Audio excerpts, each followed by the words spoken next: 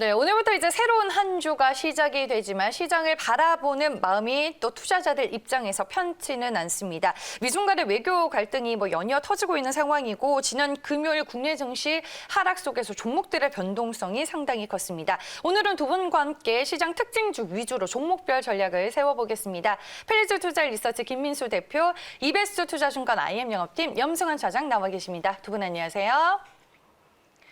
네, 먼저 차장님, 지난주 금요일에 국내 증시 좀 특징적이었던 부분부터 정리를 해볼게요. 아무래도 그 국내 증시 지난주에 그러니까 금요일 날 특징적인 거는 이제 두 가지 같아요. 그러니까 중국하고 장 막판에 이제 바이오주들이 좀 급락에 약간 이제 변동성이 좀 확대됐다는 거 부분인데 중국 증시가 장중에 그냥 흘러내려 버렸습니다. 그러니까 아시겠지만 그 미국에서 이제 트럼프 대통령이 이제 중국 이제 영사관을 폐쇄하면서 그 이제 약간 이제 보복성 조치죠. 그래가지고 청두 지역인가요? 그렇게 중요한 지역은 아닌 것 같더라고요. 이렇게 언론 기사 찾아보니까 더 중요한 지역을 폐쇄할 수도 있었다고 하지만 어쨌든 중국에서 뭐라도 이렇게 보복을 안 할 수는 또 없다 보니까 청두 지역이라는 쪽에 있는 그 영사관, 미국 영사관 이제 폐쇄한다는 그 뉴스가 나오자마자 중국 증시가 어쨌든 또 급락세로 전환이 됐고 외국인들이 중국 증시에서 엄청나게 매물을 쏟아부었다고 하더라고요. 근데 반대로 또 한국 증시는 많이 샀어요. 외국인들이 그 반도체 기업들 중심으로 해가지고 오히려 좀 순매수를 해서 한국 쪽에 대해서는 좀 긍정적인 시각을 보인 건 사실이지만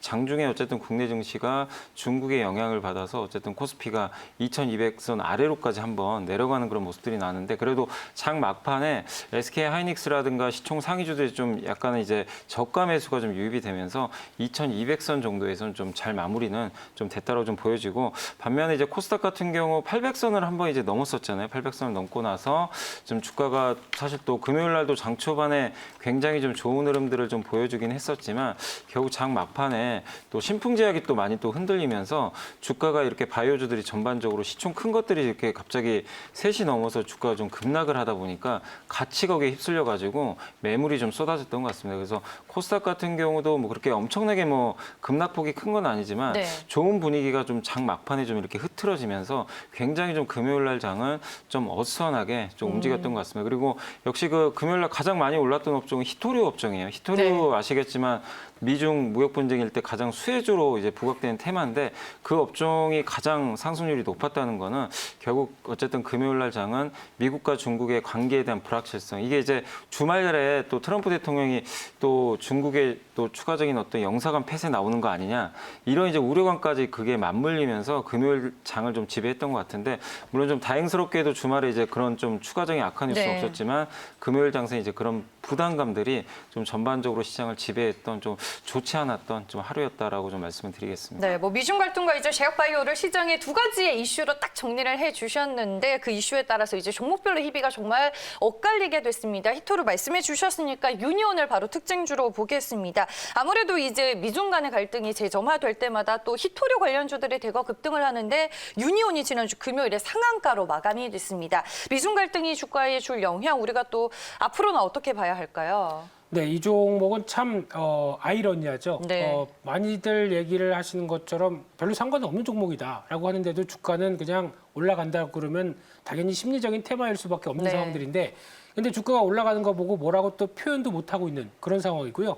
게다가 오늘 같은 경우는 또 하나 이슈가 될 수 있는 게 주말 사이에 나온 얘기를 보게 되면 또 일본이 또 자산 동결 가능성에 대비해서 또 보복 준비를 하고 있다. 이 얘기가 나오고 있다 보니까 또 심리적인 테마의 대표 주자 모나미나 신성통상, 애국 테마주들, 애국 테마주들이 오늘 또 움직일 가능성도 있기 때문에 혹시나 단기 매매 좋아하시는 분들은 관심은 가질 수는 있는데 일단 중요한 부분들이 이런 어떤 히토류 관련된 얘기들도 중국이 독점한다라는 쪽에 대해서 우려감은 상당히 크다고 하더라도 왜 중국이 독점할 수밖에 없는지의 현상들을 좀 더 면밀히 보셨으면 좋겠고요.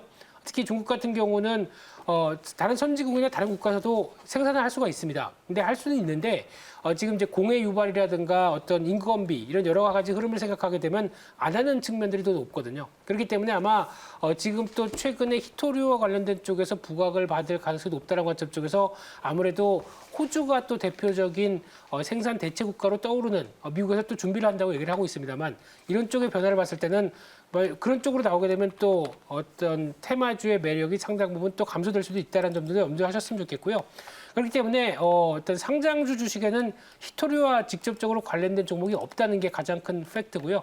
거기다가 어떤 심리적인 테마다라고 하는 부분들을 염두하시면서 단기 매매를 하신다고 하시더라도 분명히 아시고 하시되 일단 이런 종목들 따라가기 싫다라고 하게 되면 안 하는 게 맞다. 이렇게 더 말씀드려야 될 것 같습니다. 네, 알겠습니다. 뭐 앞서서 이제 일본 쪽의 이슈도 말씀을 해주셨는데 지금 뭐 한국과 일본의 대립 관계가 더욱 악화될 새로운 불씨가 피어오르고 있습니다. 이제 자국 기업의 자산 현금화에 대비해서 이제 새로운 조치를 일본 측에서 본격적으로 검토하기 시작했다라는 보도 내용이 나왔는데 뭐 앞서서 짚어주셨다시피 오늘 관련 테마주들이 좀 시장의 특징적인 흐름을 보일까요?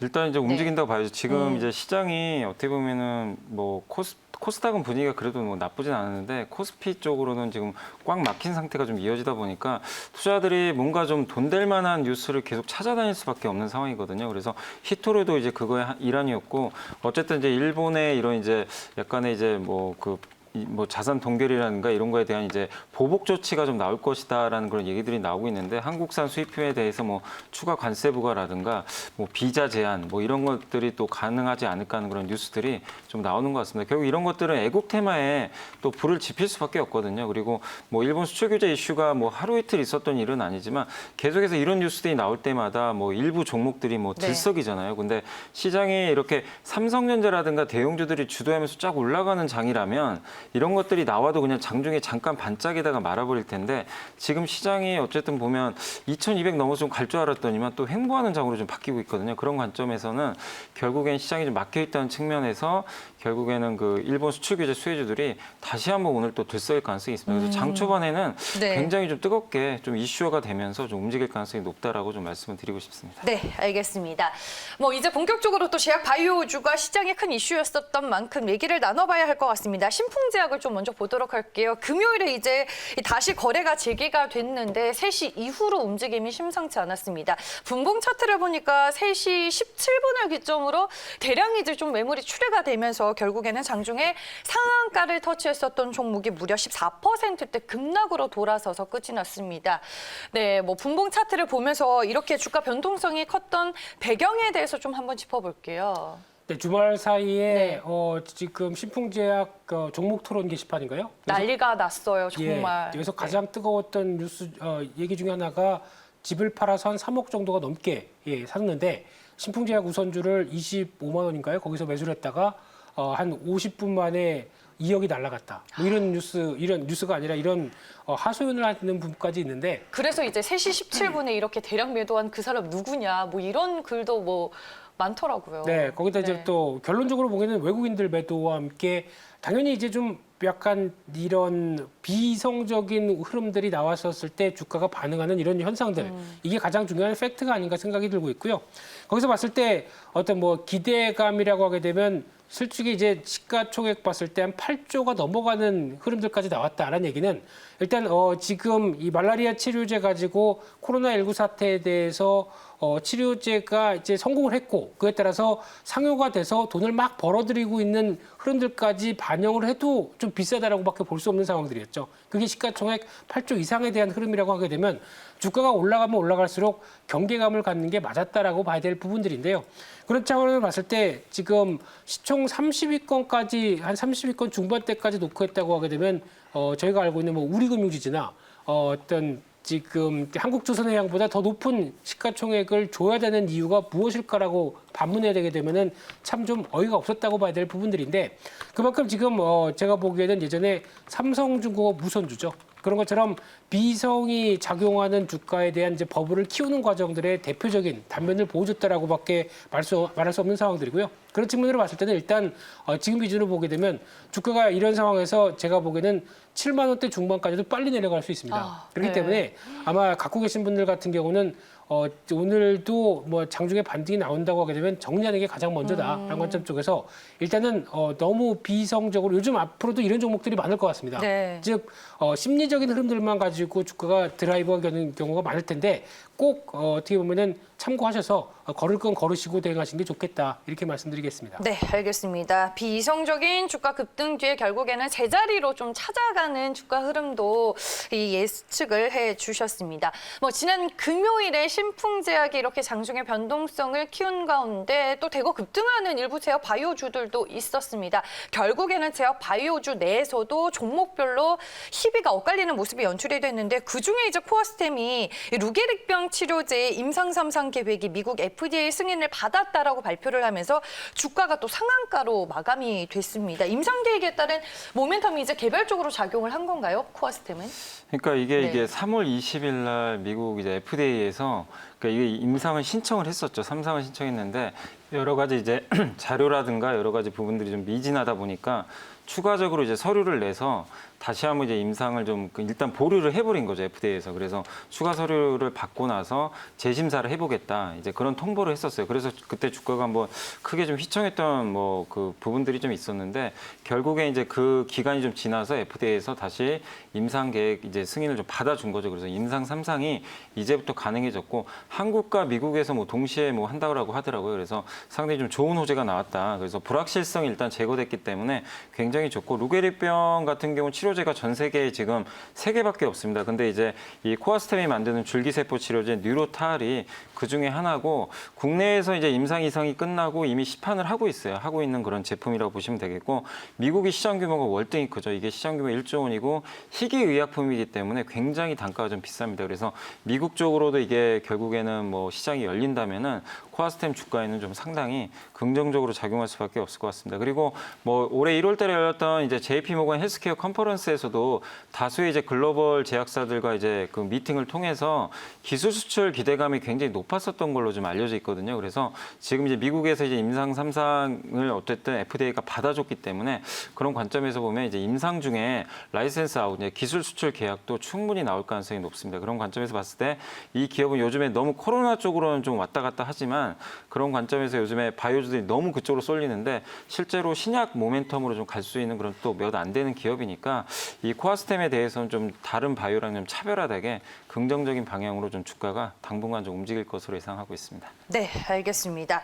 뭐 신풍제약과 함께 이제 개별적인 모멘텀으로 움직인 저희가 제약 바이오주들 살펴보고 있는데 신풍제약이 빠질 때 이제 또 같이 빠진 종목들이 있고 반면에 또 급등한 종목들이 있습니다. 이렇게 제약 바이오주 안에서도 좀 엇갈린 방향성들이 나온다면은 오늘 이제 신풍제약 빠졌을 때 이 금요일에 또 상승을 했었던 종목들 위주로는 좀 접근이 가능한 거예요, 그러면? 근데 지금 네. 전 큰 시각으로 봤을 때 제약 바이오 업종이 이번에 코로나19 사태와 함께 네. 가장 부각을 많이 받았고 수혜를 받은 거는 맞다고 봐야 될 것 같습니다. 그만큼 심리적으로 보강이 많이 된 대표적인 섹터인데 중요한 거는 실적 발표 시즌이죠. 네. 실적 발표 시즌이 나오면서 제약 바이오 업종의 흐름을 봤을 때는 일단 투자자분들이 다시 뒤를 돌아볼 수밖에 없겠죠.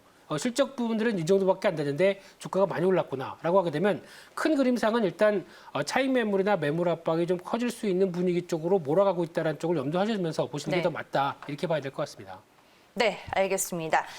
이렇게 해서 저희가 종목들 만나봤고요. 뭐 영진약품도 하나 더 봐야 될 것 같네요. 덱사메타손을 코로나19 치료제로 이제 일본 정부가 승인을 하면서 영진약품의 주가도 치솟았는데 일단 회사 측에서는 뭐 생산을 하지 않고 있고 생산 계획도 없다라고 밝혔습니다. 이 종목도 결국에는 무분별하게 지금 오른 거잖아요. 네, 그러니까 네. 이게 그런 그러니까 회사 측에서도 좀 부인을 할 정도면 뭔가 네. 잘못된 정보가 이게 퍼졌다는 건데 어쨌든 이제 계속 이런 이제 좀 잘못된 루머들이 생산되면서 그냥 엮어서 막 보내려는 그런 심리가 네. 그러니까 굉장히 좀 투기적인 시장 심리가 좀 계속 작용한 게 아닌가 이렇게 좀 보여지고 분명한 건 팩트 어쨌든 주식적인 팩트가 중요합니다. 결국 봤을 때 영진약품 측에서 직접적으로 앞으로 생산할 계획조차도 없다고 밝혔기 때문에 오늘 주가 좀 하락은 좀 불가피할 것 같고 그리고 여러분들이 그 가격을 보지 마시고 항상 기업을 보실 때 시총을 잘 보세요. 이게 제가 종군당하고 한번 비교를 해드리면 영진약품 시총이 1.5조고 종군당이 똑같이 1.5조예요. 근데 영진약품은 1년 매출이 2,200억에 1년에 버는 돈이 100억이 안 돼요. 근데 그 종군당 같은 경우는 1년 매출이 거의 한 1조가 넘고요. 연간 이익이 500억입니다. 거기다 신약 개발 모멘텀도 있어요. 근데 이 두 기업을 딱 비교해 봤을 때 여러분은 어디에 손을 좀 들고 싶으세요? 명백하게 너무나 좀 사이즈 차이가 나잖아요. 이익만 봐도. 근데 네. 덩치는 똑같아요. 그러니까 그 기초 체력은 완전 영진양품은 그냥 아이밖에 안 되고 종군당은 대학생 정도인데 이게 지금 덩치가 똑같다는 얘기입니다. 이건 말이 안 되는 얘기죠. 사실 신풍제약이랑 같은 거네요. 예, 그러니까 네. 어떻게 보면 그래도 신풍제약은 덱사메토젠정을 직접 그러니까 그쪽 피라믹스인가요? 그걸 직접 어쨌든 하고 있기 때문에 네. 기대감이라도 있는데 영진약품은 전혀 관계가 없는데 이렇게 올랐다는 거는 이건 좀 네. 너무나 투기적인 게 아닌가 이렇게 보여집니다. 그래서 영진약품에 대해서는 좀 적극적으로 매도하시는 전략 좀 말씀드려보고 싶습니다. 네, 알겠습니다. 지난주 금요일에 이제 특징적인 흐름을 보였었던 종목들 오늘 개장과 함께 어떻게 전략을 세우면 좋을지 두 분과 함께 정리를 해봤고요. 마지막으로 이제 오늘의 관심주 들어보겠습니다. 김민수 대표님 차례죠. 네, 일단 시장이 자꾸 심리적인 테마로 몰아가고 있다 보니까 네. 그럴 가능성 대비한 종목을 또 하나 잠깐 언급을 드리게 되면요. 네. 물론 이제 실체가 없는 건 아닙니다만 오늘 관심 가질 종목이 세트레가이라는 종목이고요. 이 회사는 다 아시다시피 지금 시장에서 알려지는 국내 유일의 위성 시스템 관련된 회사인데 최근에 동향을 보게 되면 또 우주 패권 관련된 얘기가 많이 나오고 있죠. 그런 쪽으로 봤을 때 중국이 화성 탐사선 발사에 성공했다. 그러면 또 미국이 가만히 있지 않을 그런 상황이 아닐까 싶기 때문에 또 우주에서도 미중 간이 격돌을 벌어진다라고 하게 되면 관련된 테마주의 또 하나의 대표적인 흐름이 아닐까 생각되고 있는데 그런 쪽으로 봤을 때 최근에 영업이익이 올해 같은 경우도 118억대. 그래서 즉 작년 대비해서 28% 이상 성장할 걸로 보여지는 만큼 그에 따른 어떤 성장에 대한 기대감도 높다라고 하게 되면 최근 주가 동향을 봤었을 때 지금 지난 금요일 날 거래가 터지면서 이제 주가가 올라오기 시작하는 부분들인데 그런 쪽에서 직전 고점대를 안착해서 변화가 나온다라고 하게 되면 일단 한 27,500원대 부분까지는 목표가를 단기적으로 설정할 수 있을 것 같고요. 네. 손절가는 최근의 흐름들이 가라앉는 22,000원대를 보시면서 일단 대응하신 전략에 포커스를 맞추겠습니다. 네, 알겠습니다. 지난 금요일에 또 8% 주가 강세로 마감이 된 종목이기도 합니다. 목표 주가 27,500원이네요. 네, 오늘 두 분 말씀은 여기까지 듣겠습니다. 지금까지 이베스트 투자증권 IM 영업팀 염승환 차장, 팔리주 투자 리서치 김민수 대표와 함께했습니다. 고맙습니다.